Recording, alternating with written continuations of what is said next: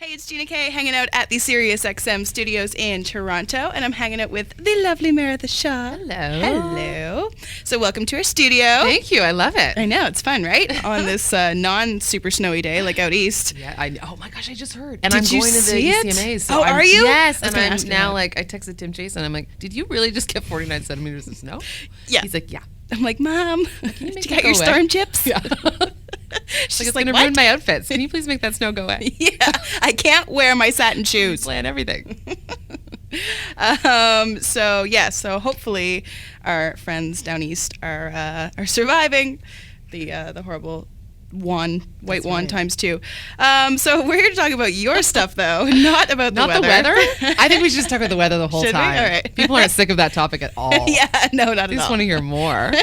I saw that Tim had posted like a really funny video of Rick Mercer being like the +1 at the end of the week just to keep us alive. It's true. So good. Anyway, enough about that. Let's talk about you. Hi. Yes, hi. So, lady with so many hats. Yes, a lot of hats. It's true. Although you're the one wearing the hat I today know, right? in the studio. I always with my toques. Everybody always makes fun of me. I can't pull that off. No? No. No, I'm going Can't for do it. like my hard rock. I know, I try. I can't do it. It's okay. I can't pull off like turquoise shoes. Turquoise heels. Everyone's getting a visual now. Can you see us? Yes, exactly. Okay, good. So your Tringles? Tringles. Yay, got it. Oh my gosh. Nailed it. Nailed it. I know, it's so funny. This is this term that Joel Plaskett, I just picked that Fellow name East up. Coaster. Yes, Okay, I feel yeah. like you're an honorary East Coaster. I love that. Because Can we every say time that? I have my East Coast moments, it's so funny because every time I have an East Coaster and I'm like, you know my cousin who knows this guy, and they're just I like, know. yes, absolutely, oh my god. So I feel like Yeah. yes, you're my cousin once removed, East Coast style. I love that so much because unfortunately, when I do some interviews and people think that I am from the East Coast and then I say, no, I'm from Toronto. The light in their eyes just like goes out. Yeah, get out. Because I'm born and raised. Like I'm not Toronto. I'm Toronto, right? Toronto. Like, I'm super Toronto. So I just that was through my connection with Gordie Johnson, really, with Big Sugar. He produced my first record, and then he's very connected to the East Coast, and so I'm just part of this lovely kind of Gordie Johnson baby family. And it's great because your music is totally cohesive to that. Yeah, you know, good. like with the like you can strip it down acoustic-y, you can bring it up on stage and rock Yeah. the house. You know, like Yeah. your stuff's very it translated to that. And I mean, I guess that makes sense because like you say, you were pairing up with Joel and Gordie That's right. and yeah, I mean, it's just been one East Coaster after another. John Angus. John Angus McDonald, Tim Jason. produced Tim Jason, Carlton Stone. I just wrote with. It's just I love. I guess get some East Coast girls going on. I got to get some Rose Cousins and hi Gina. Yeah, I got to get my girls happening on the East Coast. But I'll call Jen Grant. Oh, Get her on the line. I love Jen Grant. Right, we'll get her on the line here. Love. She's my bud. Yeah. Great. So so if people don't know, We just like name dropped a I whole know, bunch of people every there. East Coaster. Everyone's like, okay, so I know what they're wearing, and I think she's sort of not from the East Coast, but kind of. And this is what happens. You should have heard my interview with John from the Stanfields. And we were just talking in ridiculous accents the whole time. Yeah, And I'm well, like, Stanfields are trouble. people They're aren't just going to trouble. understand this at all. Yeah. So you have your debut album, Yes. and you have this set of 3, right? That's right. Yeah. So I did Place Called Happy with Gordie in a very traditional way. Like we did it in Austin, Texas at Willie Nelson's studio. Ugh. It was like lovely and luxurious. And, Warm. we took a lot of time and it was warm and all that stuff. And then, as you do with your debut album, right, you have all this time and it's just like great. And you haven't, you have these like budgets that you think are realistic and they're not, but, no bubbles have been popped yet. And then I released that record and then Gordie very kindly, since I did some writing on Big Sugar's record, I did a couple of the singles, he took me on the road with Big Sugar. So, you go like a folk girl like me, you get on a rock tour bus with 11 guys for 4 months, back and forth, crisscrossing the country. You learn some stuff and your eyes get opened up in ways that they will never shut again. Smells that you've never smelled, sights you've never seen. Exactly. So I learned a lot, and I met a lot of new fans. I mean, those venues were much bigger than I was used to playing. And Gordie, being the generous man that he is, I mean, I sang a couple of my tunes every night with Big Sugar. Oh, and, wow. Cool. Yeah, so it was really, really cool. And then we released a remix of that song that we did do every night called Acted Badly with the Sugar Boys, and they were just all, so generous. So I didn't really want to take as long to do a whole other record and wait so much between them, because I kind of wanted to get back out on the road and get back out with some new music for the people I just met. And then I reached out to Joel, and he was interested in doing some writing, and then he was interested in doing some recording, and that relationship just like grew up very organically. I had to keep my fangirl majorly in check. It was like being in the studio. Oh just gosh, no, it was like getting a text from him. It was at that level. Okay, now it's fine, and he knows all about this, so it's fine. But yeah, it was. I mean, I have a massive professional crush on Joel Plaskett. He's just so talented, and really he's so lovely blew too. my songwriting mind. Like when I was younger and just kind of starting to get into artists that I really liked, he was one of them. So to work with him was just like super cool. And we just did that very organically and made up this term called Tringle and decided to do 3 songs and just put them out. And then I was like, well, let's do 3 more with another producer and 3 more with another one. And that's just, the stories kind of evolved, and that's what's cool about being indie and being in Canada. You can kind of try stuff. Yeah. And so far, it's working. Yeah, know? I mean, it seems to be working out for you. I know you played some stuff this month. You've been kind of bopping all around the city, and that's right. And then, are you gonna do stuff at the ECMAs? Yeah, we're gonna be doing some stuff with Tim. I'm sort of Tim's sub Serena rider a lot. Yeah, that's wicked. Yeah, she's just busy with that thing. I don't know she's what it is. busy. The Junos, I think. Just I don't something. even know what they are. I don't know. Yeah, she's doing something. So I often try to fill her lovely shoes with him, and it's just like you said with my East Coastness. I gotta go see all my boys. They're all up for stuff, and I just think it's gonna be really fun. So yeah, definitely. I'm excited. So bouncing around from Joel Plaskett, John Angus, all these guys, do you find that they have their own kind of flavors, especially because you're only doing kind of like 3 songs with one, 3 songs with another? Do you find there's any kind of distinct differences between the two of them? Yeah, totally. I mean, the experience in the studio with Joel and versus John Angus, very different.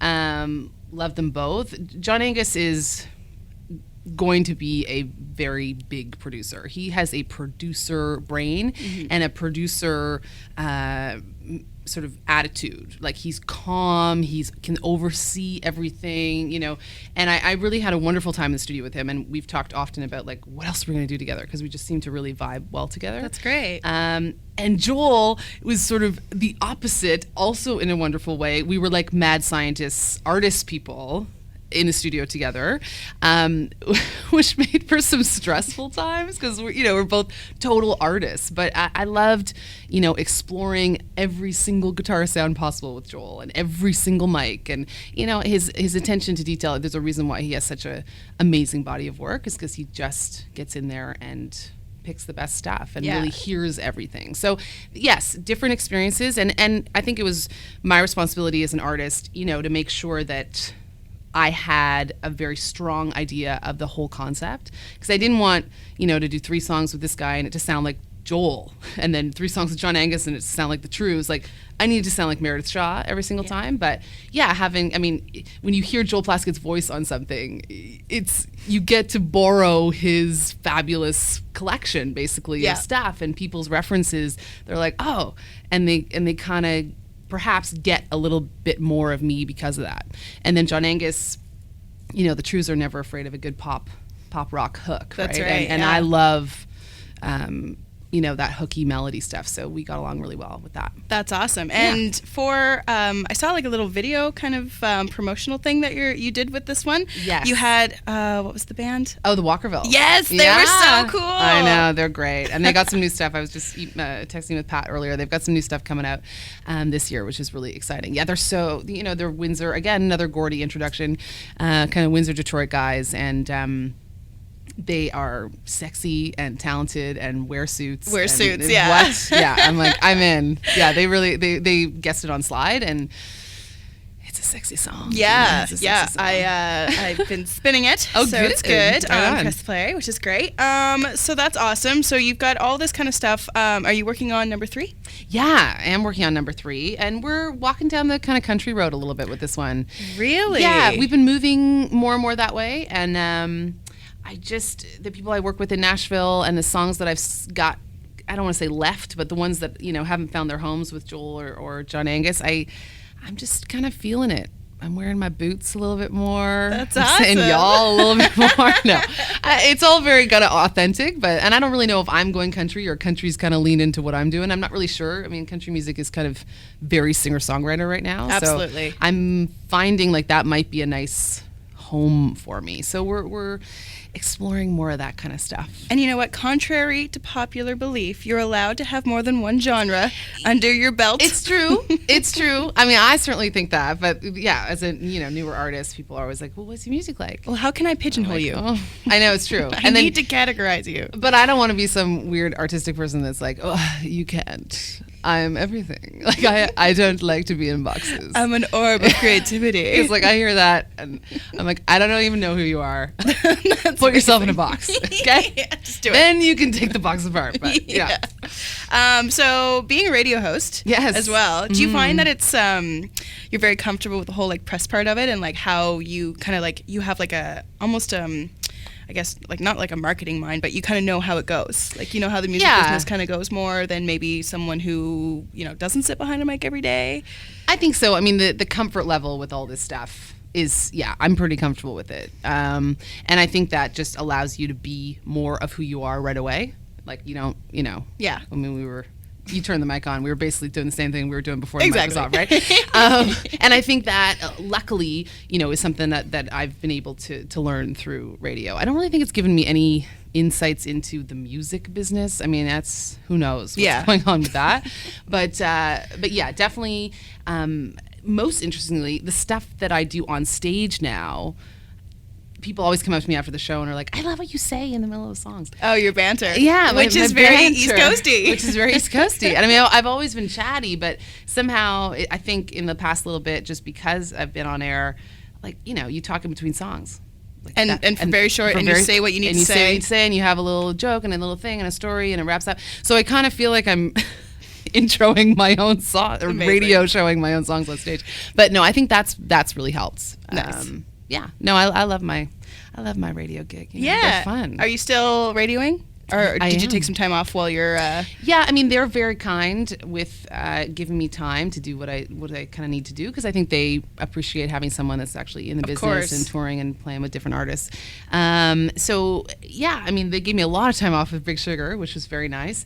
And then I do have to keep that into consideration when I'm touring. So, we released this Hardest Goodbye on early March, and then I haven't left and gone on some big tour yet, so I have to do weeks here and there.